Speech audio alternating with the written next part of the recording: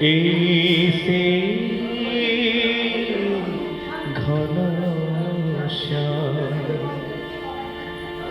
মধুর মধুর বংশী বাজে এই সে বৃন্দাবন, মধুর মধুর বংশী বাজে এই সে বৃন্দাবন, মধুর মধুর বংশী বাজে এই সে বৃন্দাবন, মধুর মধুর বংশী বাজে এই সে বৃন্দাবন।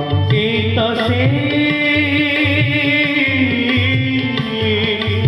এই তো সে বরজ বিধু, এই সে বরজ বিধু, এই সে ঘন শ্যাম, এই তো সে বরজ বিধু, এই সে ঘন শ্যাম, মধুর মধুর বংশী বাজে এই সে বৃন্দাবন, মধুর মধুর বংশী বাজে এই সে বৃন্দাবন। এই তো সেই যমুনা কূল এই সেই কুঞ্জবন, এই তো সেই যমুনা কূল এই সেই কুঞ্জবন, এই তো সেই শিখি চুড়িয়া রাধিকার প্রাণধন, এই তো সেই শিখি চুড়িয়া রাধিকার প্রাণধন, এই তো সেই, এই তো সেই রসরসিক, এই তো সেই রাসরসিক, এই তো সেই রসরসিক, এই তো সেই রাসরসিক, এই সেই ঘন শ্যাম, এই তো সেই রসরসিক, এই সেই ঘন শ্যাম, মধুর মধুর বংশী বাজে এই সেই বৃন্দাবন, মধুর মধুর বংশী বাজে এই সেই বৃন্দাবন।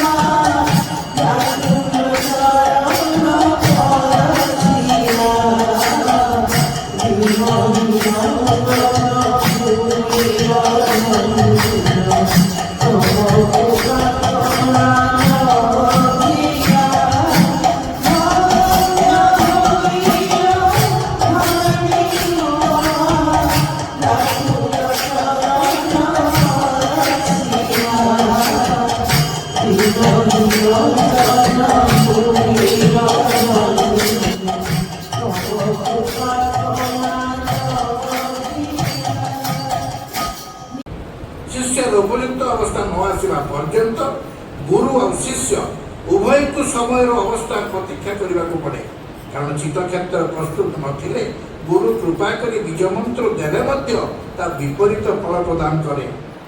मंजीटी माटी पुता नहबा जाए भल थाए माटी पुतिबा परे जदि गजा हबार उपयुक्त परिवेश न पाए कि गजा ही बढ़ी न पारि मरी जाए ତେବେ ବୃକ୍ଷରେ ପରିଣତ ହୋଇନପାରି ସମୂଳେ ନଷ୍ଟ ହୋଇଯାଏ। ସେଥିପାଇଁ ଚିତ୍ତଶୁଦ୍ଧି ନ ହେବା ପର୍ଯ୍ୟନ୍ତ ଗୁରୁଦେବ ବୀଜ ମନ୍ତ୍ର ପ୍ରଦାନ କରନ୍ତି ନାହିଁ। ମନ୍ତ୍ର ଲାଭ ପରେ ନିୟମିତ ଜପ ଧ୍ୟାନ ରୂପକ ଜଳ ସେଚନ ନ କଲେ ଏବଂ ଅପରାଧ ବିପଦରୁ ତାକୁ ରକ୍ଷା ନ କଲେ ମନ୍ତ୍ର କ୍ରିୟାଶୀଳ ହୋଇନପାରି ଶକ୍ତିହୀନ ହୋଇ ନଷ୍ଟ ହୋଇଯାଏ। ତେଣୁ ବ୍ରହ୍ମତ୍ଵ ଲାଭ ପର୍ଯ୍ୟନ୍ତ ନିଷ୍ଠା ସହକାରେ ସାଧନ ପଥରେ ଅବିରାମ ଭାବରେ ଗତି କରିବାକୁ ହେବ। କାରଣ ବ୍ରହ୍ମ ଦର୍ଶନ ପରେ ମଧ୍ୟ ପତନ ହୋଇପାରେ, କିନ୍ତୁ ବ୍ରହ୍ମତ୍ଵ ଲାଭ ପରେ ଆଉ ପତନର ଆଶଙ୍କା ନଥାଏ। ଜଗଦ୍ଗୁରୁଙ୍କର ମାନସିକ ନୁହେଁ। ସେ ଠାକୁରଙ୍କୁ ହଜାର ହଜାର ଲୋକ ସ୍ଥୂଳରେ ଦର୍ଶନ କରିଛନ୍ତି, କିନ୍ତୁ ଚିତ୍ତର ମଳିନତା ଅଜ୍ଞାନତା ହେତୁ ଦର୍ଶନର ଫଳ ଲାଭ କରିପାରିନାହାନ୍ତି। ସେଇଥିପାଇଁ ଅନ୍ତରରେ ପାଇବା ଅସଲ ପ୍ରାପତ୍ତି ବୋଲି ସେ ଠାକୁର କହିଛନ୍ତି। ଅନ୍ତରରେ ପାଇବା ଅର୍ଥ ନିଜ ଅନ୍ତରକୁ ଭଗବତ ସ୍ତର ପର୍ଯ୍ୟନ୍ତ ଉନ୍ନୀତ କରିବା। ଭଗବାନ ନହେଲେ ଅନ୍ତରରେ ଶ୍ରୀଗୁରୁଙ୍କୁ ଧାରଣ କରିବାର ସାମର୍ଥ୍ୟ ଜନ୍ମେ ନାହିଁ। ଭଗବାନ ହେବାକୁ ହେଲେ ସର୍ବଦା ଗୁରୁଦେବଙ୍କ ଚିନ୍ତାରେ ତନ୍ମୟ ରହି ତାଙ୍କ ନାମ ନେବା ସହିତ ସଂସାରକୁ ତାଙ୍କ ସଂସାର ମନେ କରି କର୍ମ କରିବା ଆବଶ୍ୟକ। ନିଜ ଅହଙ୍କାର ବା ମୁହୂର୍ତ୍ତକୁ ବିଶ୍ୱମୟ ପରିବ୍ୟାପ୍ତ କରି ଜଗତବାସୀଙ୍କୁ ନିଜର ଆତ୍ମସ୍ୱରୂପ ମନେ କରି ସେମାନଙ୍କ ହିତ ସାଧନାରେ ବ୍ରତୀ ହେଲେ ଚିତ୍ତକ୍ଷେତ୍ର ପ୍ରସାରିତ ହୋଇ ଭଗବତ ଭାବ ଧାରଣ କରିବାର ଯୋଗ୍ୟତା ଅର୍ଜନ କରିଥାଏ। ଭକ୍ତମାନେ ବିଶ୍ୱମୟ ଗୁରୁ ଭଗବାନଙ୍କୁ ପ୍ରତ୍ୟକ୍ଷ କରିପାରିଲେ ତାଙ୍କୁ ଅନ୍ତରରେ ଦର୍ଶନ କରିବା ଭଳି ପ୍ରସାରିତ ଚିତ୍ତକ୍ଷେତ୍ର ଲାଭ କରିଥାନ୍ତି। ବ୍ରହ୍ମସ୍ୱରୂପ ଗୁରୁଦେବଙ୍କୁ ଅନ୍ତରରେ ଦର୍ଶନ କରି ବାହାରେ ତାଙ୍କୁ ଅବଲ ବ୍ରହ୍ମ ଭାବରେ ପ୍ରତି ବସ୍ତୁ ଅନ୍ତରାଳରେ ଦର୍ଶନ କରି ଜଗତ ସାରା ସେ ଗୋଟିଏ ତତ୍ତ୍ୱର ଲୀଳା ଅନୁଭୂତ ହେଲେ ସାଧକର ଚିତ୍ତ ଅଦ୍ୱୈତ ବ୍ରହ୍ମତତ୍ତ୍ୱରେ ପ୍ରତିଷ୍ଠିତ ହୁଏ। ଏହା ହିଁ ବ୍ରହ୍ମତ୍ଵ ଲାଭର ଉପାୟ। ଏହା ହିଁ ନିର୍ଗୁଣତ୍ୱରେ ପ୍ରତିଷ୍ଠିତ ରହି ସଗୁଣ ବ୍ରହ୍ମଙ୍କର ଲୀଳାସ୍ୱାଦ।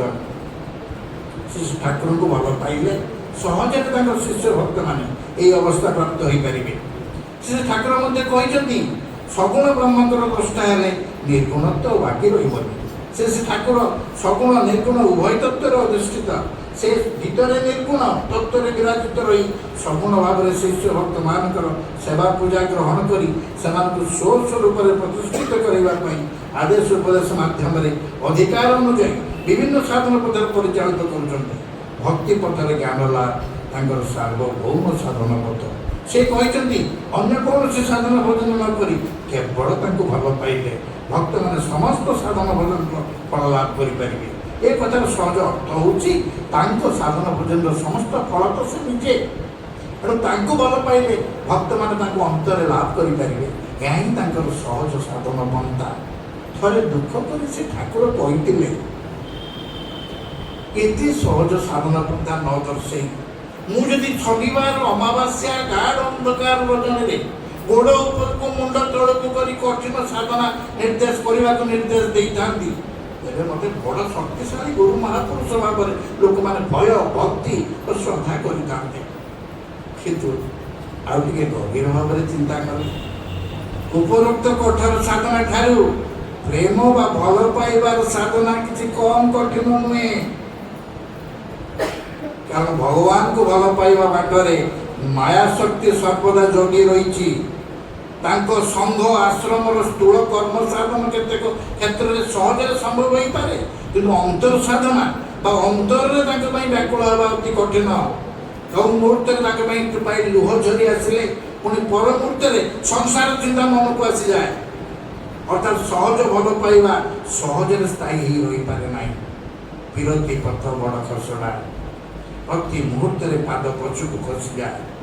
ପ୍ରେମିକ ଭକ୍ତ ଲେଖିଛନ୍ତି ବଡ଼ କଠିନ ସେ ପ୍ରୀତି ପାଳିବା, ତୀକ୍ଷ୍ଣ ଅସିଧାରେ ବାଟ ଚାଲିବା। ଶ୍ରୀ ଠାକୁର କହିଛନ୍ତି ଖୁରସ୍ୟ ଧାରା ନିଶିତା ଦୂରତ୍ୱୟା ଦୁର୍ଗମ ପଥ ସ୍ଥେତ କବୟ ବଦନ୍ତି। ପଥ ଦୁର୍ଗମ ସତ୍ୟ, କିନ୍ତୁ ସତ୍ୟ ଭାବେ ସାଧକମାନେ ହିଁ ସେ ପଥରେ ଏକମାତ୍ର ଯାତ୍ରୀ। ସତ୍ୟ ସ୍ୱରୂପଙ୍କୁ ଲାଭ କରିବାର ତୀବ୍ର ଇଚ୍ଛା ଥିଲେ ତାଙ୍କ ପାଇଁ ପ୍ରେମ ପ୍ରତି ଆକୁଳତା ବ୍ୟାକୁଳତା ଅନ୍ତରରେ ଜାତ ହେଇଥାଏ।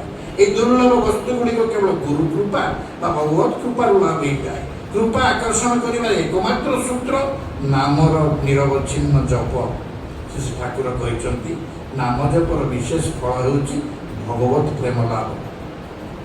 শ্রী ঠাকুর হিন্দু ধর্মত্ব চতুর্বিধ সাধনা মার্গরে চরম সিদ্ধি লাভ করিবা পরে প্রেম ভক্তির সাধনা যে জীবর চরম সাধনা তা নিজ মুখরে প্রকাশ କରିଛନ୍ତି।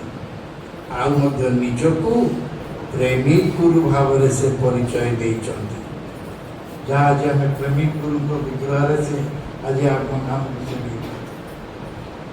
ଯାହା ଦ୍ୱାରା ସହଜରେ ଭଗବାନଙ୍କୁ ଲାଭ କରି ହେବ। ପ୍ରେମିକ ଗୁରୁ ଭାବରେ ସେ ଜୀବ ଜଗତକୁ ଏହି ପ୍ରେମର ସାଧନା ହିଁ ଦେଇଛନ୍ତି। ଆମମାନଙ୍କ ପରି ଅଧମ ଚରଣାଶ୍ରିତ ମାନଙ୍କ ପାଇଁ ସେ ତାଙ୍କ ଅନ୍ତରର ବାଣୀ ପ୍ରଦାନ କରି କହିଛନ୍ତି, ସୁଖ ପାଅ ଟିକିଏ ମୋତେ ଅଖିଳ ସାଧନ ସିଦ୍ଧି ଲଭ କିଞ୍ଚିତ୍। ତାଙ୍କର ଏହି ମର୍ମ ବାଣୀ ଅବଲମ୍ବନ କରି ତାଙ୍କ ଅନ୍ତରରେ ଲାଭ କରିବା ପାଇଁ ଆପଣ ଚେଷ୍ଟା କରିବା ଆମର ଜୀବନର ଏକମାତ୍ର ବ୍ରତ। ତାଙ୍କ ନାମ ଆମର ସାଧନା, ତାଙ୍କ ପ୍ରେମ ଲାଭ ହିଁ ଆମର ସିଦ୍ଧି। ପ୍ରେମ ଲାଭ ଭଗବାନଙ୍କ ଲାଭ ଏକା କଥା। ସେ ନିଜେ ପ୍ରେମ ସ୍ୱରୂପ। ଅନ୍ତରରେ ତାଙ୍କ ପ୍ରତି ପ୍ରୀତିଜାତ ହେଲେ ତାଙ୍କୁ ପାଇବାକୁ ବିଳମ୍ବ ହୁଏ। ଆଜି ତାଙ୍କର ଶୁଭ ଜନ୍ମ ଦିବସ। এই পুণ্য লগ্ন ত্রিপাদ অমূর্ত ভূমিরে সচিদানন্দ প্রেম সাগরটি রূপ পরিগ্রহ করি মর্ত্য ভূমিকে গুরু ভাবে আগমন করিছন্তি। ଆମମାନଙ୍କୁ ସେ ଅମୂର୍ତ୍ତ ଭୂମିର ଆନନ୍ଦ ଆସ୍ୱାଦନ କରି ପୁନରାୟ ସେ ଅମୂର୍ତ୍ତ ସ୍ୱରୂପକୁ ଫେରେଇ ନେବା ପାଇଁ ଆମମାନଙ୍କର ଅଧମ ସନ୍ତାନ ତାଙ୍କର ଏହି ଅନ୍ତର୍ହିତ ବାସନା ଯେପରି ଜୀବନରେ କାର୍ଯ୍ୟକାରୀ କରି ତାଙ୍କ ଶ୍ରୀଚରଣ ଆଶ୍ରିତ ଜନ ଭାବରେ ତାଙ୍କ ଗୁରୁଗିରିର ମର୍ଯ୍ୟାଦା ଆମେ ରକ୍ଷା କରିପାରିବୁ, ସେଥିପ୍ରତି ସର୍ବଦା ସଚେତନ ରହିବା ହିଁ ତାଙ୍କ ଜନ୍ମୋତ୍ସବ ପାଳନର ପ୍ରକୃଷ୍ଟ ଉପାୟ। କେବଳ ଜାକଜମକରେ ବାହାରେ ଉତ୍ସବ ପାଳନ କରିଦେଲେ ତାଙ୍କ ମନ ଇଚ୍ଛା ପୂର୍ଣ୍ଣ ହୁଏ ନାହିଁ। ଅନ୍ତରରେ ତାଙ୍କର ଆବିର୍ଭାବ ଯେ ଉତ୍ସବ ଯେପରି ସଦା ଜାଗ୍ରତ ରଖି ଅନ୍ତରକୁ ତାଙ୍କରି ପାଇଁ ବାକଳ କରି ରଖିପାରିବ, ତାଙ୍କ ଶ୍ରୀଚରଣରେ ଆଜି ଆଶୀର୍ବାଦ ଆମେ ଭିକ୍ଷା କରୁଛୁ। ଅନ୍ତିମରେ ଅନ୍ତରରେ ଏକାନ୍ତ ପ୍ରାର୍ଥନା ତାଙ୍କର ଏହି ପ୍ରେମିକ ଗୁରୁ ସ୍ୱରୂପଟି ଆମମାନଙ୍କ ଅନ୍ତରରେ ସତତ ବିରାଜିତ ରହୁ। ତାଙ୍କରି ଅହୈତୁକ ପ୍ରେମର ଆକର୍ଷଣରେ ମନର ସଂସାର ମାୟା ଅପସାରିତ ହୋଇ ତାଙ୍କ ଅପୂର୍ବ ରୂପ ମାଧୁରୀ ଆସ୍ୱାଦନରେ ଚିତ୍ତ ତଦାକାରକାରିତ କରି ଆମେ ଯେପରି ତାଙ୍କର ଏହି ଜଗତର କର୍ମ ସାଧନ କରିପାରୁ, ଏହି ଆଶୀର୍ବାଦ ନିମିତ୍ତ ଆଜି ତାଙ୍କ ଶୁଭ ଜନ୍ମଦିନରେ ତାଙ୍କ ଶ୍ରୀଚରଣରେ ଆମେ ପ୍ରାର୍ଥନା କରୁଛୁ। ପୁନଶ୍ଚ ଆଜି ଆମମାନଙ୍କର ପ୍ରାଣପ୍ରିୟ ଠାକୁର ମହାରାଜାଙ୍କର ପବିତ୍ର ଜନ୍ମ ଦିବସ। ତାଙ୍କ ପ୍ରତିଷ୍ଠିତ ନୀଳାଚଳ ସାରସ୍ୱତ ସଂଘର ମଧ୍ୟ ଆଜି ଜନ୍ମ ଦିବସ। ଶ୍ରୀ ଠାକୁର ସଂଘକୁ ତାଙ୍କର ସ୍ଥୂଳ ରୂପ ବୋଲି କହିଛନ୍ତି। ନିତ୍ୟ ସତ୍ତାଙ୍କର ନିତ୍ୟ ସ୍ୱରୂପ ନୀଳାଚଳ ସାରସ୍ୱତ ସଂଘ ମଧ୍ୟ ଏ ଅନିତ୍ୟ ଜଗତରେ ତାଙ୍କର ନିତ୍ୟ ପାର୍ଶ୍ୱଦମାନଙ୍କର ମିଳନ ପୀଠ ଭାବରେ ନିତ୍ୟ ସ୍ୱରୂପରେ ବିରାଜିତ। ଆମେମାନେ ଶ୍ରୀ ଠାକୁରଙ୍କର ନିତ୍ୟ ବିଦ୍ୟମାନତା ସଂଘ ମାଧ୍ୟମରେ ବିଶେଷ ଭାବରେ ଅନୁଭବ କରିଥାଉ। ତେଣୁ ଶ୍ରୀ ଠାକୁରଙ୍କ ପରି ତାଙ୍କ ସଂଘ ମଧ୍ୟ ଆମମାନଙ୍କର ପ୍ରାଣପ୍ରିୟ ଅନୁଷ୍ଠାନ। ଏହି ଅନୁଷ୍ଠାନର ମର୍ଯ୍ୟାଦା ରକ୍ଷା କରିବା ଓ ବୃଦ୍ଧି କରିବା ପ୍ରତ୍ୟେକ ସଂଘସେବୀଙ୍କର ଏକ ମହାନ କର୍ତ୍ତବ୍ୟ। ବ୍ୟକ୍ତିଗତ ସାଧନ ଭଜନ ସହ ସଂଘ ସେବା ପ୍ରତ୍ୟେକ ସଂଘସେବୀଙ୍କ ପାଇଁ ପରମ ସାଧନା। ସଂଘ ସେବା କେବଳ ଅର୍ଥ ସାମର୍ଥ୍ୟ ବିନିଯୋଗରେ ପରିପୂର୍ଣ୍ଣ ହୁଏ ନାହିଁ। ସଂଘର ମର୍ଯ୍ୟାଦା ବୃଦ୍ଧି କରି ବିଶ୍ୱ ଦରବାରରେ ତାକୁ ସୁପ୍ରତିଷ୍ଠିତ କରିବା ପାଇଁ ସଂଘସେବୀମାନଙ୍କର ଚାରିତ୍ରିକ ସମ୍ବଳ ସର୍ବାଧିକ ସର୍ବପ୍ରଥମ ପ୍ରয়োଜନ। ସଂଘର ସଭ୍ୟ ସାଧୁ ବ୍ୟକ୍ତି ହେଲେ ସଂଘଟି ଆଧ୍ୟାତ୍ମିକ ଶକ୍ତିର ଶକ୍ତିମାନ ହେଇଯାଏ ଏବଂ ସଭ୍ୟମାନଙ୍କୁ ସାଧୁ ସଂଘର ସୁଦୁର୍ଲଭ ଫଳ ପ୍ରଦାନ କରିଥାଏ। ଆଜିକୁ 90 ବର୍ଷ ଧରି ସେ ଠାକୁରଙ୍କ ଶକ୍ତି ତାଙ୍କର ଆଶୀର୍ବାଦରେ ଏହି ସଂଘଟି ସ୍ୱମହିମାରେ ଏକ ଲକ୍ଷ୍ୟରେ ଚାଲି ଆସୁଛି।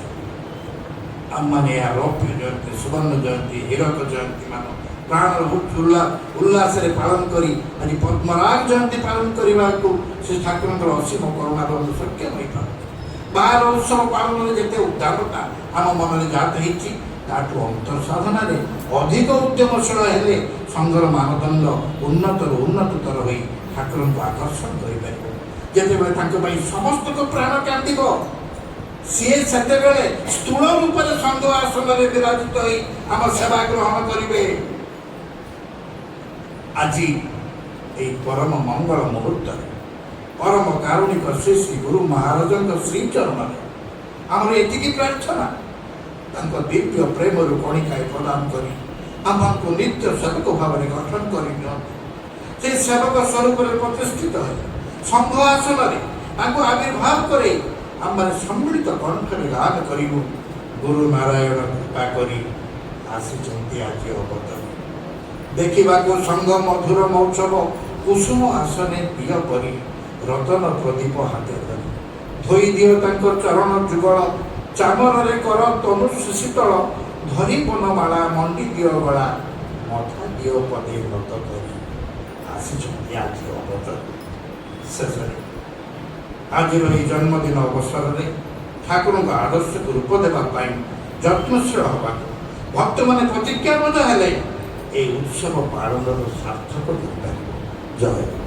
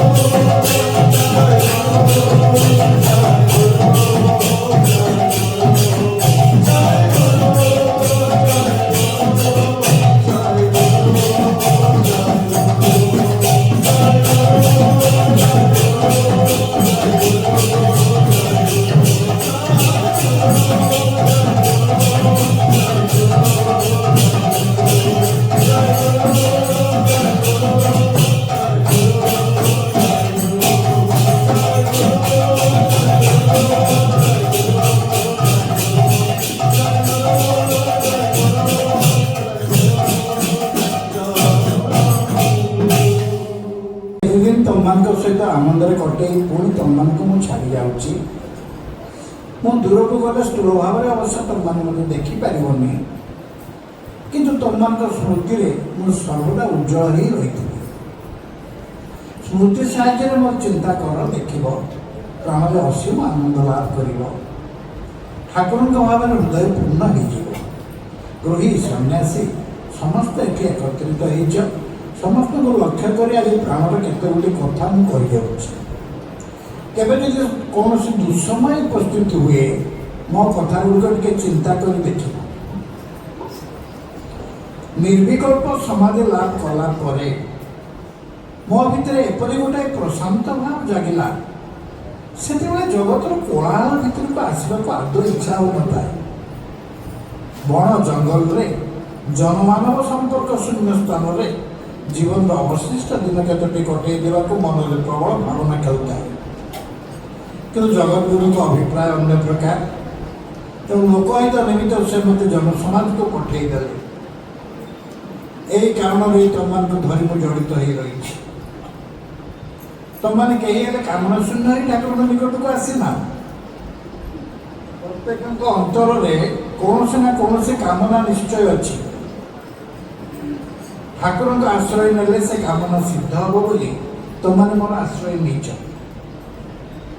କାମନା ଅନେକ ପ୍ରକାରର ଅଛି, ଆଉ ସେ ବିଷୟରେ ଆଲୋଚନାର କୌଣସି ପ୍ରୟୋଜନ ନାହିଁ। ସାର୍ବଭୌମ ଭାବରେ ସମସ୍ତଙ୍କର ମୂଳ କାମନା ହେଉଛି ଶାନ୍ତି ଓ ଆନନ୍ଦ ଲାଭ। ଶାନ୍ତି ଆଉ ଆନନ୍ଦ ପାଇବା ପାଇଁ ତମେ ପ୍ରତ୍ୟେକ ଇଚ୍ଛା କରୁଛ। এই দুইটি বস্তু পাইবা ପାଇଁ ତମମାନେ ସଦ୍ଗୁରୁଙ୍କର ଆଶ୍ରୟ ନେଇଛ। ତମମାନେ ଶାନ୍ତି ଓ ଆନନ୍ଦ ଲାଭର ପଥ ଜାଣିନାହ ବୋଲି ତ ମୋର ଆଶ୍ରୟ ନେଇଛ। ମୁଁ ପଥର ସନ୍ଧାନ ଜାଣି ବୋଲି ତ ତମମାନେ ମୋର ଶରଣାଗତ। ସତ୍ୟ ପଥର ସନ୍ଧାନ ମୁଁ ଜାଣେ ବୋଲି ବିଶ୍ୱାସ ନଥିଲେ ତମେ କେହି ମୋ ନିକଟକୁ ଆସିନଥାନ୍ତ। ମୁଁ ଯେଉଁ ପଥରେ ସନାତନ ସତ୍ୟ ଉପଲବ୍ଧି କରିଛି ସେ ପଥ ଅତି କଠିନ ଓ ଦୁରୂହ। ଏହି କାରଣରୁ ତମମାନଙ୍କୁ ଗୋଟାଏ ନୂତନ ପଥ ମୁଁ ବତେଇ ଦେଇଛି। ତମମାନଙ୍କ ଚିତ୍ତ ଏକାଗ୍ର କିମ୍ବା ନିରୁଦ୍ଧ ଅବସ୍ଥା ଲାଭ କରିନାହିଁ। ସୁତରାଂ ମୋ ନିର୍ଦ୍ଦିଷ୍ଟ ପଥରେ ହିଁ ନିର୍ବିଚାର ଭାବରେ ଚାଲିବା ଉଚିତ। ଦେଖିବ ସେଇଥିରେ ହିଁ ତମମାନଙ୍କ ଜୀବନର ଅଭିଷ୍ଟ ସିଦ୍ଧ ହେବ। କିଏ କେତେ ଜ୍ଞାନ ଧାରଣାର ଅଧିକାରୀ ଏ କଥା ମୋତେ ଅଜଣା ନୁହେଁ। ତୁମମାନେ ଦୁର୍ବଳ, ତୁମମାନଙ୍କର ଶକ୍ତି ମଧ୍ୟ ଖୁବ୍ ଉଣା। ସେଇଥିପାଇଁ ମୁଁ ତୁମମାନଙ୍କୁ ଧ୍ୟାନ ଧାରଣା ସାହାଯ୍ୟରେ ଇଷ୍ଟ ଗୁରୁ ବା ଭଗବାନଙ୍କ ସଙ୍ଗେ ଯୋଗସୂତ୍ର ଅକ୍ଷୁଣ୍ଣ ରଖିବାର ପଥ ଅନ୍ୟ ପ୍ରକାରରେ ବତେଇ ଦେଇଛି। ଠାକୁରଙ୍କ କର୍ମରେ ମଧ୍ୟ ଠାକୁରଙ୍କ ସ୍ମୃତି ଉଦ୍ବୁଦ୍ଧ ହୁଏ। ଗୀତାରେ ଅଛି ମତ୍ କର୍ମ ପରମ ଭବ। ମୁଁ ତୁମମାନଙ୍କୁ ଏକାନ୍ତ ଧ୍ୟାନ ପଥ ନ ଦେଖେଇ ମୋର ଅଭିଳଷିତ କର୍ମପଥ ହିଁ ଦେଖେଇ ଦେଇଛି। ଠାକୁରଙ୍କ ଆଦେଶ ପାଳନ କରିବାକୁ ଗଲେ ଠାକୁରଙ୍କ କଥା ହିଁ ମନେ ପଡ଼ିବ। ଏହା ମଧ୍ୟ ଏକ ପ୍ରକାର ଧ୍ୟାନ। ମୋର ଆଦିଷ୍ଟ କର୍ମପଥରେ ଚଳିଲେ ତୁମମାନଙ୍କର ଧ୍ୟାନ ଆପେ ଆପେ ହେଇଯିବ। ମୁଁ ତୁମମାନଙ୍କୁ ଯେତେ ଯେତେ ଆଦେଶ ଦେଇଛି ତାହା କେବଳ ଠାକୁରଙ୍କୁ ସ୍ମରଣ ମନନ କରିବା ନିମିତ୍ତ। ତୁମମାନେ ଯଦି ପ୍ରକୃତରେ ମଧ୍ୟ ସୁଖ ପାଅ ତାହେଲେ ମୋ ସ୍ମୃତି ଅକ୍ଷୁଣ୍ଣ ରଖିବାକୁ ନିଶ୍ଚୟ ତୁମମାନଙ୍କର ଆପ୍ରାଣ ଚେଷ୍ଟା ହେବ। ମୋର ଆଦେଶ ଉପଦେଶ ଗୁଡ଼ିକ ବୋଝ ମନେ ନ କରି ସେଗୁଡ଼ିକ ତୁମମାନଙ୍କର ଆତ୍ମକଲ୍ୟାଣର ସହାୟକ ବୋଲି ଭାବିବ। ଏହି ଧାରଣା ପୋଷଣ କରି ଚଳି ନପାରିଲେ କୌଣସି ହିତ ହେବନି। ଅନେକ ସମୟରେ ମୋର ସୁମହାନ ଇଚ୍ଛାର ତାତ୍ପର୍ଯ୍ୟ ବୁଝି ନପାରି ତୁମମାନେ ସମାଲୋଚନାରେ ପ୍ରବୃତ୍ତ ହୁଅ। ମୁଁ ତୁମମାନଙ୍କର ପିତା, ତୁମମାନେ ମୋର ସନ୍ତାନ। ସନ୍ତାନ ଉପରେ ପିତାଙ୍କର ରାଗ ବା ଅଭିମାନ ହୁଏ ନାହିଁ। ସୁତରାଂ ତୁମମାନଙ୍କର କଷ୍ଟ ସମାଲୋଚନା ଶୁଣି ମଧ୍ୟ ମୋର ଅନ୍ତର ବିକ୍ଷୁବ୍ଧ ହୁଏ ନାହିଁ। ମୁଁ ଅନେକ ଭାବିଚିନ୍ତି ତୁମମାନଙ୍କର ହିତ ବା ମଙ୍ଗଳର ସୂତ୍ର ଗୁଡ଼ିକ ନିର୍ବାଚନ କରିଛି। ପରିଣାମରେ ଏହାର ଉପାଦେୟତା ନିଶ୍ଚୟ ବୁଝିପାରିବ। ମନ ଗଢ଼ା ନୂତନ ଆଦର୍ଶରେ ନ ଚଳି ମୋ ଆଦେଶ ଅନୁସାରେ ଚଳ, ତାହେଲେ ତୁମମାନଙ୍କର ଯଥେଷ୍ଟ ହିତ ବା କଲ୍ୟାଣ ସାଧିତ ହେବ। ମୋର ଇଚ୍ଛା କ'ଣ, ମୁଁ କ'ଣ ଚାହେଁ, ତାହା ଚିଠିପତ୍ର ଦ୍ୱାରା, ପୁସ୍ତକରେ, ବ୍ୟକ୍ତିଗତ ଉପଦେଶରେ, ସାର୍ବଭୌମ ସମ୍ମିଳନୀରେ ସବୁଠି ମୁଁ ପ୍ରକାଶ କରିଛି। ଟିକିଏ ନିବିଷ୍ଟ ଚିତ୍ତ ହେବା ମାତ୍ରେ ତୁମମାନେ ମୋର ମୂଳ ଇଚ୍ଛାର ସୁସ୍ପଷ୍ଟ ଇଙ୍ଗିତ ବୁଝିପାରିବ। ସନାତନ ଧର୍ମ ଅନୁସାରେ ଜୀବନ ଗଠନ କରିବା ଏବଂ ସନାତନ ଧର୍ମର ପ୍ରଚାର କରିବା ହିଁ ମୋର ମୂଳ ଲକ୍ଷ୍ୟ। ତୁମମାନେ ମୋର ଆଶ୍ରିତ ସନ୍ତାନ, ତୁମର ମୂଳ ଲକ୍ଷ୍ୟ ମଧ୍ୟ ତାହା।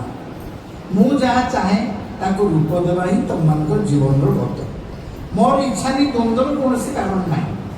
ତୁମମାନଙ୍କର ମଳିନ ଚିତ୍ତକୁ ନେଇ କ'ଣ କରିବା ମୋର ଇଚ୍ଛା ତୁମମାନଙ୍କର ଆବିଷ୍କାର କରିବାକୁ ଗଲେ ହିତରେ ବିପରୀତ ହେବ।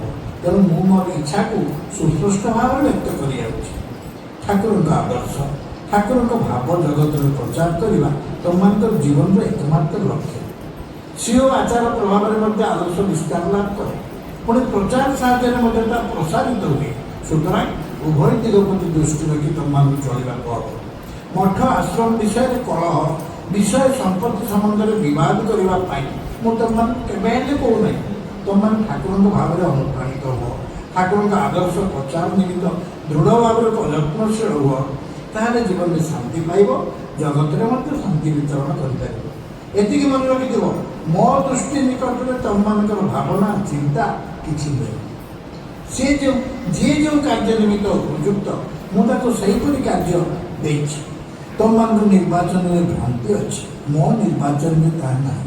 ଫଳରେ ମୋ ବ୍ୟବସ୍ଥାରେ ହସ୍ତକ୍ଷେପ କରିବାକୁ ଗଲେ ପରିଣାମରେ ତୁମମାନଙ୍କୁ ଦାରୁଣ ଅନୁଶୋଚନା କରିବାକୁ ହେବ। ତୁମମାନଙ୍କ ମଧ୍ୟରୁ କାହାକୁ ମୁଁ ଟ୍ରଷ୍ଟି କରିଛି, କାହାକୁ ଅଧ୍ୟକ୍ଷ କରିଛି, କାହାକୁ ପତ୍ରିକା ସମ୍ପାଦକ କରିଛି। ମୁଁ ଯୋଗ୍ୟତା ବିଚାର କରି ଏସବୁ ବ୍ୟବସ୍ଥା କରିଛି। ଏ ବ୍ୟବସ୍ଥାରେ ହସ୍ତକ୍ଷେପ କରିବାର କୌଣସି ପ୍ରୟୋଜନ ନାହିଁ। ତୁମମାନଙ୍କ ଉପାଧି ମୁଁ ଦେଇଛି, ତୁମେ ସମସ୍ତେ ମୋର ସେବକ। ମୋର ଭାବ ପ୍ରଚାର କରିବା ତୁମମାନଙ୍କ ଜୀବନର ଏକମାତ୍ର ଲକ୍ଷ୍ୟ। ମଠ ଆଶ୍ରମ ତିଷ୍ଠି ରହିବାକୁ ହେଲେ ଅର୍ଥର ପ୍ରୟୋଜନ ମଧ୍ୟ ଅଛି। ଯେଉଁମାନେ ଗୃହୀ ସେମାନଙ୍କର ଆର୍ଥିକ ସାହାଯ୍ୟ ନ ପାଇଲେ ମଠ ଆଶ୍ରମ କିପରି ବା ତିଷ୍ଠି ରହିବ? ସଂସାରରେ କେତେ ପ୍ରକାରରେ ତୁମମାନେ କେତେ ଅର୍ଥ ନଷ୍ଟ କରୁଛ। ଠାକୁରଙ୍କ ପାଇଁ କ'ଣ ସାମାନ୍ୟ କିଛି ବ୍ୟୟ କରିପାରିବ ନାହିଁ? ଠାକୁର କ'ଣ କହୁଛନ୍ତି? ମୁଁ ମାନେ ଏଇ ଅର୍ଥ ଇଏ ବିଷୟରେ ଠାକୁର କେତେ ଜାଗାରେ ଦେଇଛନ୍ତି ଯେଉଁ ଜିନିଷ ଏକଥା କହିଲେ। ତାପରେ କହିଥିଲେ କ'ଣ ଆଦେଶ ଦେଇଥିଲେ ପ୍ରତି ମାସରେ କିଛି ଚାନ୍ଦା ଦେବ, ଯେଉଁଥିରେ ଇଏ ତିଆରି ହେବ। ସେ ଠାକୁର କହିଛନ୍ତି, ଏଠି କହିଛନ୍ତି ତୁମେ ନଦେଲେ ହେଇପାରିବ ନାହିଁ ଅର୍ଥ। ଏବଂ ସେଇ ଅର୍ଥ ପାଇଁ ସେ କ'ଣ କହିଛନ୍ତି? ଦ୍ୱିତୀୟ କଥା କହିଛନ୍ତି, ଆପଣଙ୍କର କୋଟିଏ ଟଙ୍କା ଅଛି, ଆପଣ 50,000 ଦେଇଦେଲେ ସେଥିରେ କିଛି ମୂଲ୍ୟ ନାହିଁ। ଏଟା ସାମୂହିକ ସଂଘ। ଆପଣଙ୍କର 5 ଟଙ୍କା ଦିଅନ୍ତୁ, ସେ ଯଜ୍ଞରେ ଟିକେ ଆହୁତି ଦିଅନ୍ତୁ, ସମସ୍ତଙ୍କର ମିଳିତ ଜିନିଷଟା ହିଁ ସଂଘ। ଯୋଉଟା ଏକୁଟିଆ କରିଦେଇଦେବ ଠାକୁର ସେଟା କହିଛନ୍ତି, ଯୋଉଟା ଏକୁଟିଆ ଦେଲେ ସେଟା ମୋର କିଛି ଇଏ ହେଲାନି। ସମସ୍ତେ ମିଳିତ ଭାବରେ ଯାହାର ଯାହା ମାନେ ସତ୍ୟ ଦେବ। ପୁଣି କ'ଣ କହିଛନ୍ତି, ଯାହାର ଦବାର କ୍ଷମତା ଅଛି ସେ ନ ଦିଏ ତାହା ଅପରାଧ। ଏକଥା ବି କହିଛନ୍ତି। ଆମର କ୍ଷମତା ଅଛି କିନ୍ତୁ ଆମେ ଦଉନାହାନ୍ତି, ସେଟା ବି ସବୁ ଏଇ ଅର୍ଥ ବିଷୟରେ ଠାକୁର ଏତେ କଥା କହିଛନ୍ତି। ମୋ କଥାଟା ବୁଝୁନାହିଁ, ସେ ତାଙ୍କର କଥା କେବେ କହିଲେ ମୋ ଠାକୁର ସଂସାରରେ କେତେ ପ୍ରକାର ସେମାନେ ଦେଖୁଛୁ। ଆମ ଛୁଆ 100 ଟଙ୍କିଆ ଆଇସ୍କ୍ରିମ୍ ଯାଇକି ଖାଇ ଦେଉଛନ୍ତି କେଉଁଠି ରାସ୍ତାଟା କର, କିନ୍ତୁ ଏଠି ପରିଚାଳନା 10 ଟଙ୍କା ଦେଲା ବେଳକୁ ମୁଁ ବିରୋଧ କରୁଛି। ନା ଦେଇପାରିବୁନି ଏତେ ସେଇ ଛୁଆ କାନ୍ଦିକି ରାସ୍ତା ପାଖରେ 100 ଟଙ୍କିଆ ଆଇସ୍କ୍ରିମ୍ ଖାଇ ଦେଇକି ପଳେଇବ। ହଁ ନା? ଖାଲି ଠାକୁର କହିଛନ୍ତି ନା, ତମେ ଦେଖ ସଂସାରରେ କେତେ ପ୍ରକାର ତମେ କେତେ ଅର୍ଥ ନଷ୍ଟ କରୁଛ। ଠାକୁରଙ୍କ ପାଇଁ କ'ଣ ସାମାନ୍ୟ କିଛି ବ୍ୟୟ କରିପାରିବ ନାହିଁ? ଯେତେ ଠାକୁର ନିଜ ମୁହଁରେ କହିଛ। ଆମେ କହିଲେ କହିବି ବାଧ୍ୟ କରିକି ଆମକୁ କହିବି। ପୁଣି କହିଛନ୍ତି ଯଦି ଆପଣଙ୍କର ଇଚ୍ଛା ନଥାଏ ଦେବେନି, ଦେଲେ ତାଙ୍କ କାମରେ ଲାଗିବ ନାହିଁ।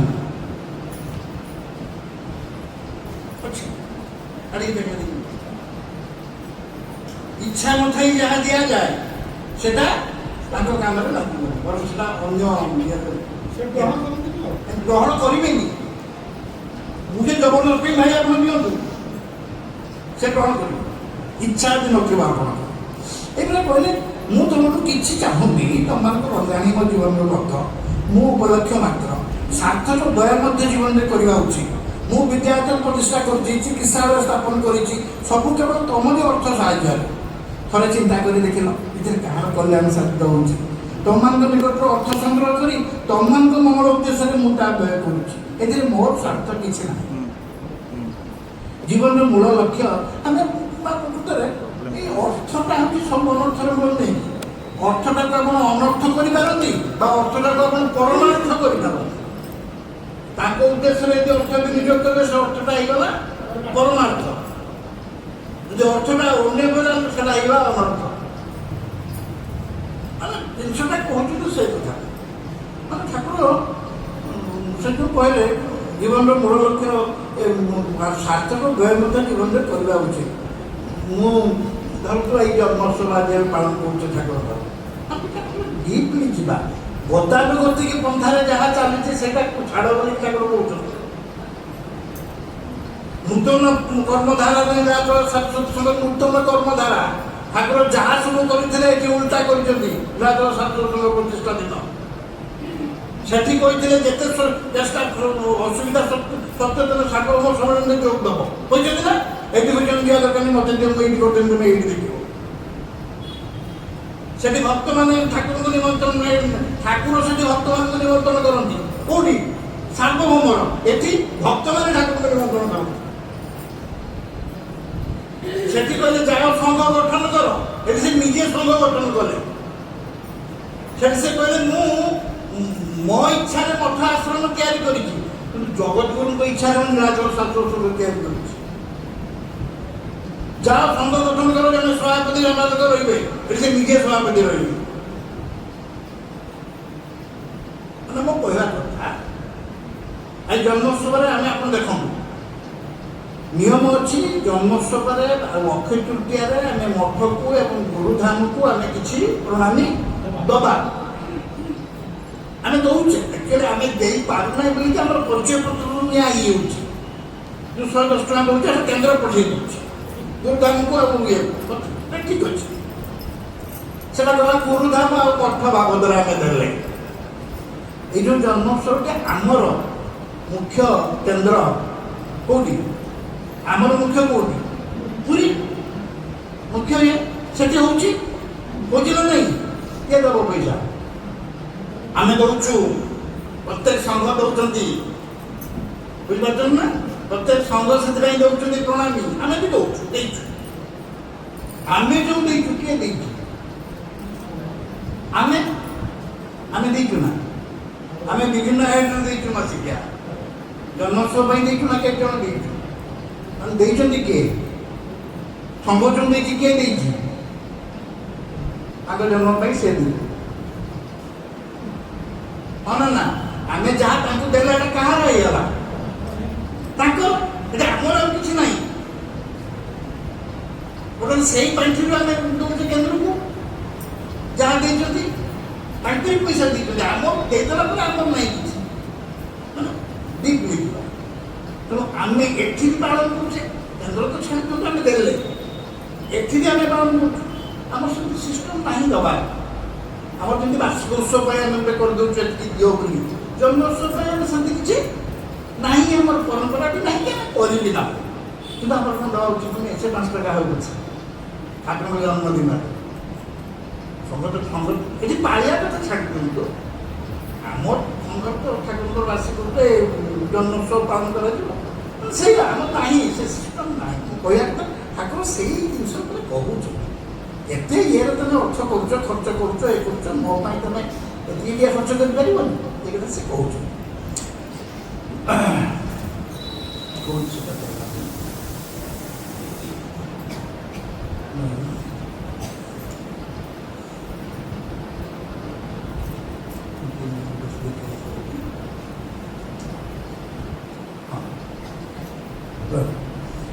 ତମେ ଯଦି ପ୍ରକୃତରେ ମଧ୍ୟ ଲକ୍ଷ୍ୟ ଜୀବନର ମୂଳ ଲକ୍ଷ୍ୟ ଭୁଲି ଯାଅନି। ଠାକୁରଙ୍କ ଭାବରେ ଅନୁପ୍ରାଣିତ ହୋଇ ଠାକୁରଙ୍କ ଆଦର୍ଶ, ଠାକୁରଙ୍କ ଉଦ୍ଦେଶ୍ୟ ପ୍ରଚାରି ତମମାନଙ୍କ ଜୀବନର ବ୍ରତ ଓ ସାଧନା, ସଦ୍ଗୁରୁଙ୍କର ସନ୍ତାନ ବୋଲି ପରିଚୟ ଦେବା ପାଇଁ ଯେଉଁ ଗୁଣ ଅର୍ଜନ କରିବା ପ୍ରয়োଜନ, ସେହି ଗୁଣ ଅର୍ଜନ କରିବା ପାଇଁ ଶକ୍ତି ନିୟୋଗ କର। ଅନ୍ୟ କୌଣସି ଦିଗକୁ ଯେପରି ତୁମର ଅଭିଳାଷ ନଯାଏ। କେଉଁ ପଛରେ ଗଲେ ତୁମମାନେ ଶ୍ରେୟଲାଭ କରିପାରିବ। ନିର୍ବିକଳ୍ପ ଭୂମିରେ ଜଗତଗୁରୁ ମୋ ଭିତରେ ସେ ପ୍ରେରଣା ଦେଇଛନ୍ତି। ମୁଁ ତୁମମାନଙ୍କ ପଦ ନିର୍ବାଚନ କରିଦେଇଛି। ମୋ ନିର୍ବାଚିତ ପନ୍ଥାରେ ଅଟଳ ନିଷ୍ଠା ରଖି ଚାଲ, ଦେଖିବ ପରିଣାମରେ ସେଇଥିରେ ହିଁ କଲ୍ୟାଣ ସାଧିତ ହେବ। ନିଜ ମନର ଉଦ୍ଭାବିତ ପନ୍ଥା ଉପରେ ବିଶ୍ୱାସ କରି ଚଳନି। ମୋ ଚିନ୍ତା ଅପେକ୍ଷା ତମ ଚିନ୍ତା ଅଧିକ ମଙ୍ଗଳପରଶୁ ନୁହେଁ। ତମମାନଙ୍କ ଠାକୁର ସତ୍ୟଲାଭ କରି ସତ୍ୟବାଣୀ ବିତରଣ କରିଯାଉଛନ୍ତି। ଠାକୁରଙ୍କ କଥାରେ ଭୁଲ ବାଛିବାକୁ ଯାଅ ନାହିଁ, କହିଲେ ନିଜର ଅଶେଷ ଅନୁଷ୍ଠାନ।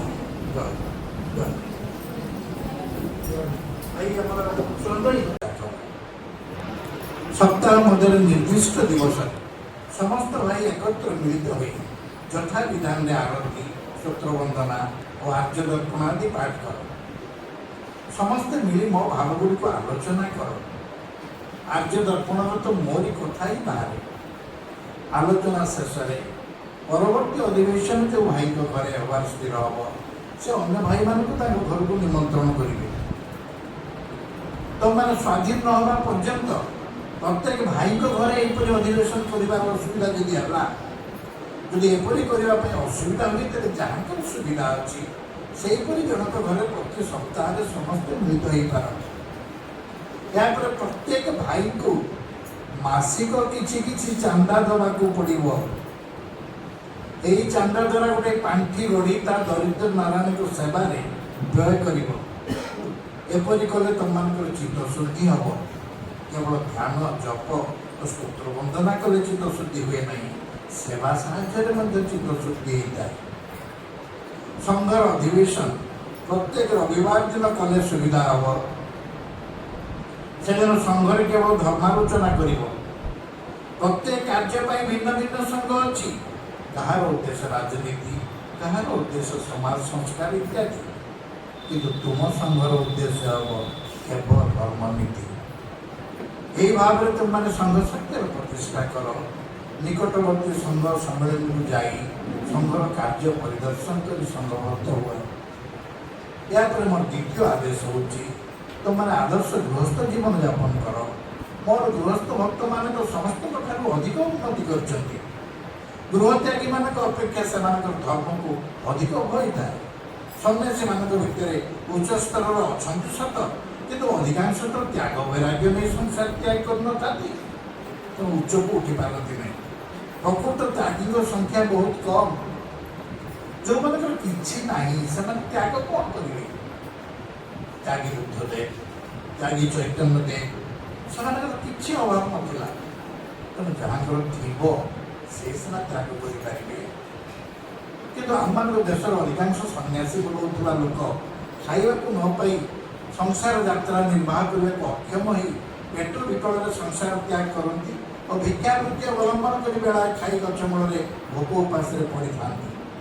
ତେବେ ଗରିବ ଭିକାରୀମାନଙ୍କ ଠାରୁ ଏମାନଙ୍କର ପାର୍ଥକ୍ୟ ବା କ'ଣ? ଅଧରେ ଶୋଭି ମୋହନ ପକ୍ଷୀ କରାଇ କଦମ୍ବ ମୂଳରେ ଦେଖ ସେ ମନ ମୋହ, ମୂଳରେ ଦେଖ ସେ ମନ ଅଧରେ ଶୋଭେ ମୋହନ ବଂଶୀ କରଇ ଚାଟ, ଅଧରେ ଶୋଭି ମୋହନ ବଂଶୀ କରାଇ ତ୍ରିଭଙ୍ଗ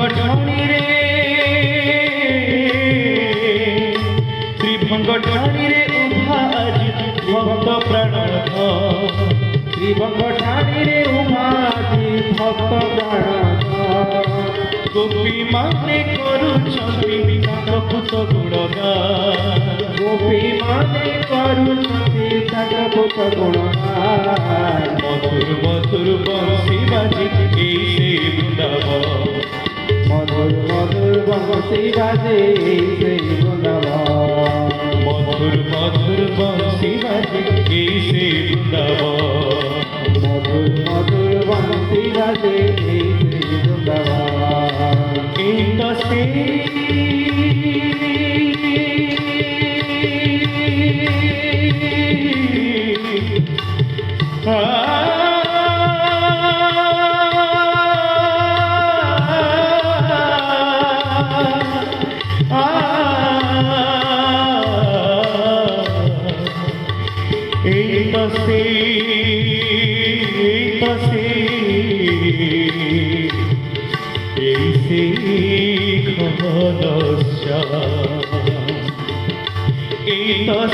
বরজ বিধু, এই তো সেই বরজ বিধু, সেই বরজ বিধু, এই তো সেই বরজ বিধু, এই সেই ঘনশ্যা, এই তো সেই বরজ বিধু, এই সেই ঘনশ্যা, মধুর মধুর বংশী বাজে এই সেই বৃন্দাবন, মধুর মধুর বংশী বাজে এই সেই বৃন্দাবন, মধুর মধুর বংশী বাজে এই সেই বৃন্দাবন। ଧର୍ମଦାତ୍ରୀ ମା ସେଠାରେ ସେ ତାର କାରଣ ପଚାରିଥିଲେ ଏହା କିପରି ହେଲା। ମାଙ୍କ ଉତ୍ତର ଥିଲା ଯେ ମହାମାୟାଙ୍କର ପ୍ରଭାବରେ ଏହା ସମ୍ଭବ। ତେଣୁ ସେ ମାଙ୍କର ପାଦ ଛୁଇଁ ଶପଥ ନେଲେ ଏବଂ ନିଜକୁ ଧିକ୍କାର କରିଥିଲେ ଯେ ଯେଉଁ ମହାମାୟାଙ୍କ ପ୍ରଭାବରେ ଏହା ସମ୍ଭବ ହୋଇପାରିଛି ତାକୁ ସ୍ତ୍ରୀ ରୂପରେ ନ ପାଇବା ପର୍ଯ୍ୟନ୍ତ ମୋର ଶାନ୍ତି ନାହିଁ। ତତ୍ପରେ ସେ କାଶୀରୁ ପ୍ରୟାଗଧାମକୁ ଯାତ୍ରା କରିଥିଲେ। ସେଠାରେ ସେ ଗୁରୁ ମାଧବାନନ୍ଦ ଗିରିଙ୍କର ଗିରି ସମ୍ପ୍ରଦାୟର ସେଠାରେ ସେ ତାଙ୍କର ଆଶ୍ରୟ ଗ୍ରହଣ କଲେ। ତାଙ୍କ ଆଶ୍ରୟ ନେବା ପରେ ସେ ଗ୍ରନ୍ଥ ପାଠ ଏବଂ ସାଧନା କରିଥିଲେ, ଯାହାକି 15 ବର୍ଷ ଭିତରେ ତାଙ୍କ ପିତାଙ୍କ ସହିତ କରିପାରିନଥିଲେ। ସେଠାରେ ସେ ଗୁରୁଙ୍କର ସେବା ଶୁଶ୍ରୂଷା ଏବଂ ସାଧନା ଦିଗରେ ଉନ୍ନତି ଲାଭ କରିବାରୁ ତାଙ୍କ ଗୁରୁ ତାଙ୍କୁ ବ୍ରଜଗୋପାଳ ପରିବର୍ତ୍ତେ ବ୍ରହ୍ମାନନ୍ଦଗିରି ନାମ ରଖିଥିଲେ ଏବଂ ତାଙ୍କୁ ଦୀକ୍ଷିତ କରାଇଥିଲେ। ସେ ଦୀକ୍ଷା ଗ୍ରହଣ କରିସାରିଲା ପରେ ଗୁରୁଙ୍କର ମନ୍ତ୍ର ନେଇ ଜପ ଆରମ୍ଭ କରିଥିଲେ ମହାମାୟାଙ୍କ ଉଦ୍ଦେଶ୍ୟରେ। ଏହି ଜପ କରୁଥିବା ସମୟରେ ମହାମାୟାଙ୍କର ଅନୁଚରୀମାନେ ତାଙ୍କୁ ଏକ ବିଲ୍ୱପତ୍ରରେ ଲିଖିତ ମନ୍ତ୍ର ଦେଇ କହିଥିଲେ ଯେ ତୁମେ ଯେଉଁ ମନ୍ତ୍ର ସାଧନା କରୁଛ ଗୁରୁଙ୍କର ମନ୍ତ୍ର, ସେଥିରେ ସିଦ୍ଧିଲାଭ ହେବ ନାହିଁ। ଏହି ବିଲ୍ୱପତ୍ର ମନ୍ତ୍ରରେ ତୁମେ ମାଙ୍କର ଦର୍ଶନ ଶୀଘ୍ର ପାଇବ। ଏଥିରେ ବ୍ରହ୍ମାନନ୍ଦଗିରି ରାଗି ଯାଇଥିଲେ ଏବଂ କ୍ରୋଧରେ ଜର୍ଜରିତ ହୋଇ ତାଙ୍କୁ ସେ ବିଲ୍ୱପତ୍ରକୁ ପାଦରେ ଦଳି ଦେଇଥିଲେ। ତାପରେ ତାଙ୍କୁ କହିଥିଲେ ଯେ ମାଙ୍କୁ ଯାଇ କହ ଗୁରୁ ମନ୍ତ୍ର ଭୁଲ ହୋଇନପାରେ, କିନ୍ତୁ ମାଙ୍କର ଭୁରି ଭୁରି କରିବାର ଅଧିକାର ନାହିଁ। ମା ଗୁରୁମନ୍ତ୍ରରେ ଦର୍ଶନ ଦେବାକୁ ବାଧ୍ୟ। ତତ୍ପରେ ତାଙ୍କର ସାଧନା ଅବିଚଳିତ ଏବଂ ସ୍ଥିର ଭାବରେ ଚାଲିଥିଲା। ମା ସାକ୍ଷାତ ଦେଲେ ତାଙ୍କର ଗୁରୁନିଷ୍ଠାରେ ମହାମାୟା ତାଙ୍କୁ ଦର୍ଶନ ଦେଇଥିଲେ। ସେଠାରେ ସେ ମାଙ୍କୁ ପଚାରିଥିଲେ ଯେଉଁ ପ୍ରଭାବରେ ତାହା ପୂର୍ବରୁ ଘଟିଥିଲା ତାହା କିପରି ସେ ସେଠାରେ ସେ ପ୍ରକାଶ କରିଥିଲେ। ସେଠି ବ୍ରହ୍ମାନନ୍ଦଗିରି କହିଥିଲେ, ବ୍ରହ୍ମାନନ୍ଦଗିରି ଗିରୀନ୍ଦ୍ର ତନୟା ଭକ୍ତାମୃତ ବାଞ୍ଛତି। ମା କହିଥିଲେ ଠିକ୍ ଅଛି, କିନ୍ତୁ ତାହା ଏଇ ଚୈତନ୍ୟ ଦେହରେ ସମ୍ଭବ ନୁହେଁ। ତୁମେ କମଳ ରାଜ୍ୟକୁ ଯାଇ ଗୋମତୀ ନଦୀ ତୀରରେ ଏକ ମନୋରମ ପାର୍ବତ୍ୟ ଅଞ୍ଚଳରେ ତୁମର ଦେହ ଉପଯୋଗୀ ଦେହ ଧାରଣ କରିବି, ତୁମର ଭୋଗ ଉପଯୋଗୀ ଦେହ ଧାରଣ କରିବି, ସେଠାରେ ତୁମେ ମୋତେ ମିଳିତ ହେବ। ତର୍କରେ ସେ ତାଙ୍କୁ ଦର୍ଶନ ଦେଇଥିଲେ ଏବଂ କହିଥିଲେ ଯେ ବର ପ୍ରାର୍ଥନା କରିବାକୁ। ବ୍ରହ୍ମାନନ୍ଦଗିରି ତାଙ୍କୁ ମାଙ୍କୁ କହିଥିଲେ ଏକ ପ୍ରସ୍ତର ଖଣ୍ଡ ନେଇ ତାଙ୍କ ପଛେ ଗମନ କରିବାକୁ। ସେଠାରୁ ସେ ବ୍ରହ୍ମାନନ୍ଦଗିରି କିଛି ବାଟ ଯିବା ପରେ ତାଙ୍କର ଗୁରୁଙ୍କୁ ଦର୍ଶନ କରିବା ପାଇଁ ଏକ କାଳୀ ମନ୍ଦିରରେ ଅବସ୍ଥାନ କଲେ। ସେଠାରେ ମା ସେ ପ୍ରସ୍ତର ଖଣ୍ଡକୁ ରଖି ଗୁରୁଙ୍କର ବ୍ରହ୍ମାନନ୍ଦଗିରିଙ୍କର ସର୍ତ୍ତ ଅନୁସାରେ ଚାଲି ଯାଇଥିଲେ। ତତ୍ପରେ ସେ ସେଠାରେ ଅବସ୍ଥାନ କରିବା ସମୟରେ ରାଜା କେଦାର ରାୟଙ୍କୁ ଦୀକ୍ଷା ଦେଇଥିଲେ। ଯେଉଁ କେଦାର ରାୟ ପରବର୍ତ୍ତୀ ଜନ୍ମରେ ଠାକୁରଙ୍କର ବସ୍ତ୍ର ରାଜା ପ୍ରଫୁଲ୍ଲ ଭଞ୍ଜଦେବ ନାମରେ ସେ କୃପା ସିଦ୍ଧି ଲାଭ କରିଥିଲେ। ସେଠାରେ ଆଉ 3 ଜଣ ଶିଷ୍ୟ ତାଙ୍କଠାରୁ ଦୀକ୍ଷା ନେଇଥିଲେ। ଠାକୁରଙ୍କ ନିକଟରେ ସେମାନେ ମାଧବାନନ୍ଦଗିରି, ବୋଧାନନ୍ଦ ଏବଂ ଶାନ୍ତି, ସେମାନେ ମଧ୍ୟ ଠାକୁରଙ୍କ ପରବର୍ତ୍ତୀ ଜନ୍ମରେ କୃପା ପାଇଥିଲେ। ତତ୍ପରେ ସେ କ'ଣ କଲେ, ସେଠାରୁ ସେ ଚାଲି ଆସି ସେଠାରେ ସେ କହିଥିଲେ ଯେ ଜୀବକୁଳ ଯେଉଁ ପରିସ୍ଥିତିରେ ଏଇ ମହାମାୟାଙ୍କ ପ୍ରଭାବରେ ଅସ୍ଥିର ହୋଇ ନିଜକୁ ଭୁଲି ଯାଉଛି, ସେ ସେହି ସାଧନା କରିବା ପାଇଁ ମାଙ୍କର ଗୁରୁପ୍ରଦତ୍ତ ମନ୍ତ୍ରରେ ଚାଲି ଆସିଥିଲେ। ଗୋମତୀ ନଦୀ ତୀରରେ କମଳ ରାଜ୍ୟକୁ ଯାଇ ସେ ଏକ ମୟନାମତୀ ପାର୍ବତ୍ୟ ଅଞ୍ଚଳରେ କେଉଟୁଳି କନ୍ୟା ପାରୁ ରୂପରେ ମାଙ୍କୁ ସାକ୍ଷାତ କରିଥିଲେ।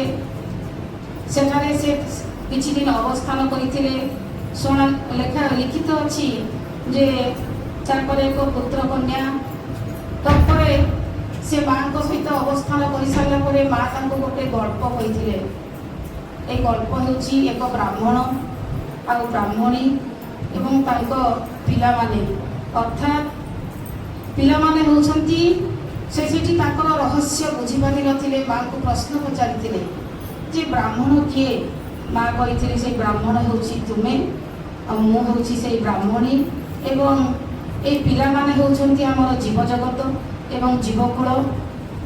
ଜୀବକୁଳ ସଂସାରକୁ ଆସି ମାୟା ପାଶରେ ବାଧ୍ୟ ହୋଇ ସେମାନେ ନିଜର ସ୍ୱରୂପତ୍ୱ ଭୁଲି ଯାଆନ୍ତି। ତେଣୁ ଚାଲ ଆମେ ତାଙ୍କୁ ଆମ ଘରକୁ ନେଇଯିବା। ତତ୍ପରେ ସେ ସେଠାରେ କିଛି ଦିନ ରହିବା ପରେ ତାଙ୍କର ସେଇ ସ୍ଥୂଳ ସମ୍ପର୍କ ଛିନ୍ନ ହୋଇଥିଲା। ସେଠାରେ ମାଙ୍କ ସହିତ ସ୍ଥୂଳ ସମ୍ପର୍କ ଛିନ୍ନ ହେଲା ସମୟରେ ମା ତାଙ୍କୁ କହିଥିଲେ ଯେ ତୁମେ ପରବର୍ତ୍ତୀ ଜନ୍ମରେ ନଦିଆ ଜିଲ୍ଲାର ଜନ୍ମଗ୍ରହଣ କରିବ ଏବଂ ସେଠାରେ ସାର୍ବଭୌମ ଗୁରୁ ହିସାବରେ ଜଗତଗୁରୁଙ୍କ ଆସନରେ ଆସୀନ ହୋଇ ଜୀବକୁଳ ଉଦ୍ଧାର ଏବଂ ଭୁବନାନନ୍ଦ ଆନନ୍ଦରେ ମୋହିତ ହୋଇ ସବୁ ଜଗତବାସୀଙ୍କୁ ତମେ ଶିକ୍ଷା ଦେବ, ଏତିକି କହି ମା ସ୍ଥଳଦେହ ଛିନ୍ନ କରି ଚାଲି ଯାଇଥିଲେ। ତାପରେ ବ୍ରହ୍ମାନନ୍ଦଗିରିଙ୍କର ପରବର୍ତ୍ତୀ ଜନ୍ମ ଆମର ଶିଶୁ ଠାକୁର। ଜୟ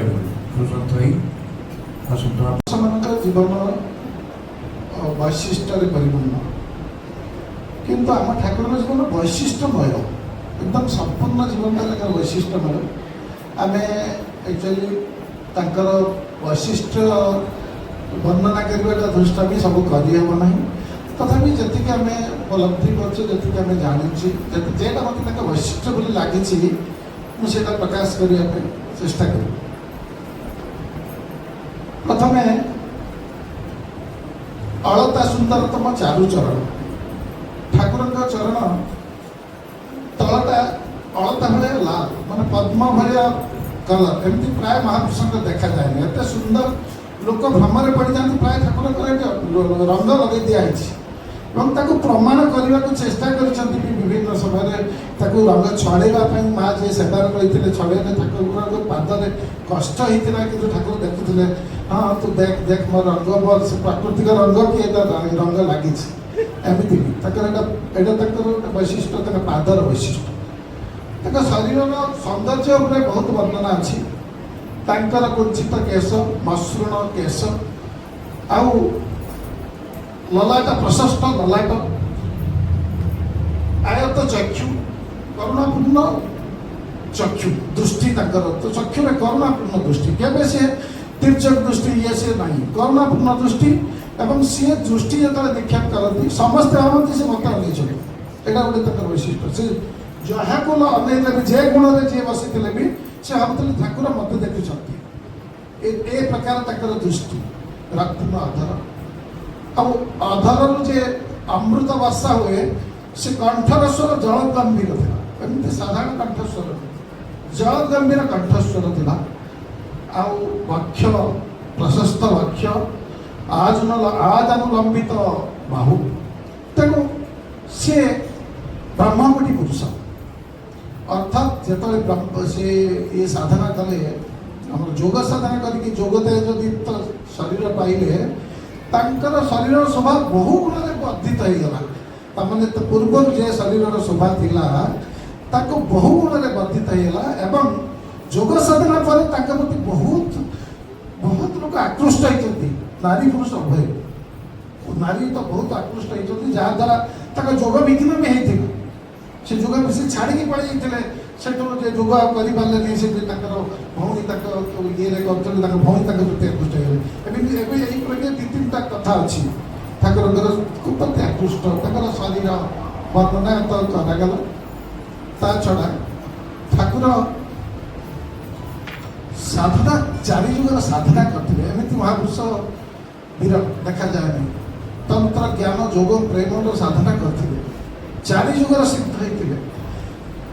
4 ଯୁଗର ସିଦ୍ଧ ହେବା ପରେ ସେ କ'ଣ ହେଲା ଯେ ତାଙ୍କର ଦେଖାଯାଏ ତାଙ୍କର ଗୁରୁ ଭକ୍ତି ଅନନ୍ୟ। ଏମିତି ଗୁରୁ ଭକ୍ତି ପ୍ରାୟ ଦେଖିବାକୁ ବିରଳ। ଗୁରୁଙ୍କୁ ପ୍ରବଳ ଭାବରେ ଭରସା କରୁଥିଲେ ସେ। ଜ୍ଞାନୀ ଗୁରୁଙ୍କ କଥା ତ ଜାଣିଛନ୍ତି, ଏତେ ଭକ୍ତି ତାଙ୍କ ପ୍ରତି ଥିଲା। ବେଳେବେଳେ ଏତେ ଲାଷ୍ଟକୁ ଏତେ ଭକ୍ତି ତାଙ୍କ ପ୍ରତି ଆସିଗଲା, ସେ ଯେ ଲୁଗା ଶୁଖେଇ ଦେଉଥିଲେ, ସେ ଯେ ପାଣି ଉଦା ହେଇଥିଲା ଲୁଗାର ପାଣି, ତାକୁ ସେ ଖାଇ ଦେଉଥିଲେ। ତାଙ୍କ ପ୍ରତି ସେ ଏକଦମ ଆସକ୍ତ ହେଇପଡ଼ିଥିଲେ। ଖାଲି ଠାକୁର ଆସକ୍ତ ହେଇନଥିଲେ, ତାଙ୍କ ଗୁରୁ ବି ଆସକ୍ତ ହେଇପଡ଼ିଥିଲେ ଠାକୁରଙ୍କ ପ୍ରତି। ସେଇଥିପାଇଁ ତାକୁ ଛାଡ଼ୁନଥିଲେ 4 ଧାମ ବୁଲିବାକୁ। ତାଙ୍କ ଗୁରୁ ଭକ୍ତିରେ ସେ ଏତେ ପ୍ରଭାବିତ ହେଇଯାଇଥିଲେ, ତାକୁ ଛାଡ଼ିବାକୁ ରାଜି ନଥିଲେ ତାଙ୍କ ପାଖକୁ। କିନ୍ତୁ ତାଙ୍କର ଉନ୍ନତି ପାଇଁ ସେ ତାକୁ ପରିବ୍ରାଜକରେ ଛାଡ଼ିଲେ। କିନ୍ତୁ ପ୍ରଥମ ଇଏଟା ତାଙ୍କ ସାଙ୍ଗରେ ନିଜେ ବୁଲିଥିଲେ, ଆସକ୍ତି କାରଣରୁ କେବଳ ତାଙ୍କ ସାଙ୍ଗରେ ଯାଇଥିଲେ ପ୍ରଥମେ ସେ ବୁଲିବାକୁ। ତାପରେ ସେ ଠାକୁର ଆମର ନିର୍ବିକଳ୍ପ ସମାଧିରୁ ଯେତେବେଳେ ଫେରିଲେ, ପ୍ରାୟତଃ କେହି ନିର୍ବିକଳ୍ପ ସମାଧିରୁ ଫେରନ୍ତି ନାହିଁ। ଯିଏ ବି ଫେରନ୍ତି ଏମିତି ନିର୍ବିକଳ୍ପ ସମାଧି, କିନ୍ତୁ ଗୁରୁଭାର ନେଇକି କେହି ଗୁରୁଭାର ନେଇକି ଫେରନ୍ତି ନାହିଁ। ଗୁରୁଭାର ନେଇକି ସେ ଫେରିଥିଲେ। ସେ ମୂଳର ତତ୍ତ୍ୱତଃ ହିଁ ଗୁରୁ, ତତ୍ତ୍ୱତଃ ହିଁ ସେ ଗୁରୁ ଭାବରେ ଅଧିଷ୍ଠିତ ଯିଏ ରହିଲେ ସିଏ ଜୀବନମୁକ୍ତ ପୁରୁଷ। ଅନ୍ୟମାନଙ୍କୁ କେବଳ ଜୀବନମୁକ୍ତ ପୁରୁଷ ହିଁ ମୁକ୍ତି କରିବାର ଅଧିକାର ଅଛି, ସମସ୍ତେ ମୁକ୍ତି କରିପାରିବେ ନାହିଁ। ସିଏ ତତ୍ତ୍ୱତଃ ଯେହେତୁ ଗୁରୁ, ତାଙ୍କର ମୁକ୍ତି କରିବାର ସ୍ୱତଃସିଦ୍ଧ ଅଧିକାର ସିଏ ପାଇଥିଲେ। ସେ ମୁକ୍ତି କରିପାରୁଥିଲେ, ସ୍ୱତଃସିଦ୍ଧ ସେ ଗୁରୁ। ତେଣୁ ସିଏ ଯେ ଅନ୍ୟମାନଙ୍କୁ ମୁକ୍ତ କରିବାର ଅଧିକାର ଥିଲେ, ତେଣୁ ତାକୁ ଆଧିକାରିକ ପୁରୁଷ ମଧ୍ୟ କୁହାଯାଏ ଠାକୁର। ତାପରେ ହେଲା ସିଏ ଶିବତ୍ୱରେ ପ୍ରତିଷ୍ଠିତ ହେଇଥିଲେ। ଏଇ ଦେହରେ ଶିବତ୍ୱରେ ପ୍ରତିଷ୍ଠିତ ହେଇଥିଲେ। ତନ୍ତ୍ର କଲା ପରେ, ମାଆକୁ ପାଇବା ପରେ, ମାଆକୁ ସେ ପାଉଥିଲେ। ଯେତେବେଳେ ସ୍ଥୂଳରେ ମା ଆସିକି ଦେଖା ଦେଉଥିଲେ ତନ୍ତ୍ର ପରେ, କିନ୍ତୁ ସେତିକିରେ ସେ ସନ୍ତୁଷ୍ଟ ନଥିଲେ। କାହିଁକି ନା ଶିବତ୍ୱ ଆଡ଼କୁ ସେ ଅଗ୍ରଗତି କରୁଥିଲେ, ମା ତାକୁ ସେଇ ରାସ୍ତାରେ ନେଉଥିଲେ। ସେ ସନ୍ତୁଷ୍ଟ ହେଲେନି। ତାପରେ ଜ୍ଞାନ କଲେ, ଯୋଗ କଲେ, ଯୋଗ ସିକ୍ତ ଶରୀର ହେଲା। ତାପରେ ପ୍ରେମ ସାଧନା କରିବା ପରେ ସେ ଶିବତ୍ୱରେ ପ୍ରତିଷ୍ଠିତ ହେଲା। ଶିବତ୍ୱରେ ପ୍ରତିଷ୍ଠିତ ହେବା ପରେ ସେ ମହାମାୟୀ ମାଙ୍କ ସହିତ ସ୍ଥୂଳ ଲୀଳା କଲେ। ଏଇଟା କିଛି ଗୋଟେ ଛୋଟିଆ କଥା ନୁହେଁ। ସ୍ଥୂଳ ଲୀଳା କରୁଥିଲେ ମାଆଙ୍କ ସାଙ୍ଗରେ ରହିକି, ଯେମିତି ଆମେ ଘରେ କଥା ହଉଛେ ଆମର ମାଆଙ୍କ ସହିତ, ସେମିତି ସେ କଥା ହଉଥିଲେ, ରହୁଥିଲେ, ହସୁଥିଲେ, ତାଙ୍କ ହାତରେ କଥା ହଉଥିଲେ। ମାନେ ଶିବତ୍ୱରେ ଏଇଟା ଶିବ ନହେଲେ ମାଆଙ୍କ ସହିତ କିଏ ଲୀଳା କରିପାରିବ ଏଇଟା ସ୍ଥୂଳ ଦେହରେ? ଏମିତି କ'ଣ ସମ୍ଭବ? ଇଏ ତାଙ୍କର ଗୋଟେ ବୈଶିଷ୍ଟ୍ୟ। ତା ଛଡ଼ା ଯେତେବେଳେ ସିଏ ଗୁରୁଭାର ନେଲେ, କୌଣସି ଗୁରୁ ଏମିତି ଦେଖାଯାଇ ନାହିଁ ସେ ଚୁକ୍ତି କରିକି ଆସନ୍ତି ମାଆଙ୍କ ସହିତ। ସେ ଚୁକ୍ତି କରିକି ଆସିଲେ, ମୋର ବିରୁଦ୍ଧାଚରଣ କଲେ ମଧ୍ୟ ମୁଁ ମୋର ଭକ୍ତ ଯିଏ ହେବ ମୁଁ ତାକୁ 3 ଜନ୍ମରେ ମୁକ୍ତି ଦେବି। ଆଉ ଯଦି ମୋର ସେ ମୋର କଥା ମାନି, ମୋ ଆଦେଶ ଉପଦେଶ ମାନି ଚଳିବା, ତାକୁ 1 ଜନ୍ମରେ ମୁକ୍ତି ଦେବି। ଏବଂ ଏ କଥା ସାରସ୍ୱତ ଜଗତରେ ଚହଳ ସୃଷ୍ଟି କରିଛି ଯେ ତାଙ୍କର ଯିଏ ଆଶ୍ରିତ ସେ ନିଶ୍ଚିତ ମୁକ୍ତି ହେବ। ଏବଂ ସେ ଦୃଢ଼ କରି କହିଛନ୍ତି, ଜଣେ ମୁକ୍ତି ନ ହେବା ପର୍ଯ୍ୟନ୍ତ ମୁଁ ମୁକ୍ତି ନେବି ନାହିଁ। ତେଣୁ ଏଇଟା ବି ତାଙ୍କର ବୈଶିଷ୍ଟ୍ୟ। ତା ଛଡ଼ା ଠାକୁର ଜୟଗୁରୁ ମହାମନ୍ତ୍ର ଗୋଟେ କରିଦେଲେ। ସେଇ ମନ୍ତ୍ରରେ ସେ ଜୀବନ ସ୍ଥାପନ କରିଦେଇଛନ୍ତି। ସେ କହିଛନ୍ତି, ତମେ କିଛି କର ନ କର, ଏ ମହାମନ୍ତ୍ର ଏ କଲେ ତମର ଗୁରୁ କୃପାର ପାବନ ତମ ପାଖକୁ ଆସିବ ହିଁ ଆସିବ ଏବଂ ତମେ ମୁକ୍ତି ହେବ। ଆଉ କିଛି ଯଦି ନ କରିପାରିବ, ଏ ହେଉଛି ସେ କହିଛନ୍ତି ନିଗମ କଳ୍ପବୃକ୍ଷର ଇଏ ହେଉଛି ଗଳିତ ଅମୃତ ଫଳ। ଏ ଫଳ ପାନ ଏ ଫଳ ଯିଏ ପାଇବ ସେ ମୁକ୍ତି ଲାଭ କରିଗଲା, ଅମୃତ ଫଳ ଇଏ। ତେଣୁ ଜୟଗୁରୁ ମହାମନ୍ତ୍ର ସିଏ ଦେଇଛନ୍ତି। ତାପରେ ସିଏ କ'ଣ କରିଛନ୍ତି, 2ଟା ଗୋଟେ ମଠ ଆଉ ଗୋଟେ ସଂଘ ପ୍ରତିଷ୍ଠା କରିଛନ୍ତି। ଯେ ମଠ ଏବଂ ଏଇ ଯେ ନୀଳାଚଳ ସାରସ୍ୱତ ସଂଘ, ସେଟା ଋଷି ସଂଘ ଦ୍ୱାରା ମାନେ ଆପ୍ରୁଭ୍ ହେଇଛି। ସମସ୍ତ ସଂଘକୁ, ସମସ୍ତ ଆଶ୍ରମକୁ, ସମସ୍ତ ମଠକୁ ଋଷି ସଂଘ ଆପ୍ରୁଭ୍ କରେ ନାହିଁ। ଯେ ଋଷି ସଂଘ ବର୍ତ୍ତମାନ ଅଛି ହିମାଳୟରେ, ଏବେ ବି ଅଛନ୍ତି ଋଷି ସଂଘ, ସେମାନେ ସବୁ କଥା ଦେଖୁଛନ୍ତି। ଠାକୁରଙ୍କର ଏଇ 2ଟା ଅନୁଷ୍ଠାନକୁ ଋଷି ସଂଘ ଆସିକି ଆପ୍ରୁଭ୍ କରିଥିଲେ ବୋଲି ସେ କହିଯାଇଛନ୍ତି। ଆଉ ଏଇଟା ଆପ୍ରୁଭ୍ କରାଗଲା, ଋଷି ସଂଘ ଦ୍ୱାରା 2ଟା ଯାକ ଆପ୍ରୁଭ୍ କରାଯାଇଛି। ନୀଳାଚଳ ସାରସ୍ୱତ ସଂଘ ଆଉ ଆସାମଜ୍ୟ ସାରସ୍ୱତ ମଠ, ଏଇ ଋଷି ସଂଘ ଦ୍ୱାରା ଆପ୍ରୁଭ୍। ତା ଛଡ଼ା ଠାକୁର ଯେତେବେଳେ ଆମର ନୀଳାଚଳ ସାରସ୍ୱତ ସଂଘ ଗଠନ କଲେ, ସେତେବେଳେ ସେ ଏ ସଂଘର ଅଧିପତି ହେଇକି ରହିଛନ୍ତି। ତାହେଲେ ମୁଁ ଏ ସଂଘର ଅଧିପତି ହେଇକି ରହିଲି। ଯାହାକୁ ଠାକୁରଙ୍କୁ ସମସ୍ତେ ଭକ୍ତି କରୁଛନ୍ତି, ଭାବରେ ରଖିଛନ୍ତି, ଠାକୁର ଭକ୍ତମାନଙ୍କୁ ବି ବହୁତ ଉଚ୍ଚ ସ୍ଥାନ ଦେଇଛନ୍ତି, ବିଶେଷ କରି ମାଆମାନଙ୍କୁ। ଏମିତି କୁତ୍ରା ବି ଦେଖାଯାଏନି। ଏତେ ଉଚ୍ଚରେ ମାଆମାନଙ୍କୁ ସ୍ଥାନ ଦେବାରେ ଆଉ କାହାକୁ କେଉଁଠି ଆମେ ଦେଖିନାହୁଁ। ଯେତେ ମହାପୁରୁଷମାନେ ଅଛନ୍ତି, ମାଆମାନଙ୍କୁ ବହୁତ ଉଚ୍ଚରେ ସ୍ଥାନ ଦେଇଛନ୍ତି ଠାକୁର। ତେଣୁ ଏଇଭଳି ଅସଂଖ୍ୟ ବୈଶିଷ୍ଟ୍ୟମୟ ଜୀବନ ତାଙ୍କର। ତେଣୁ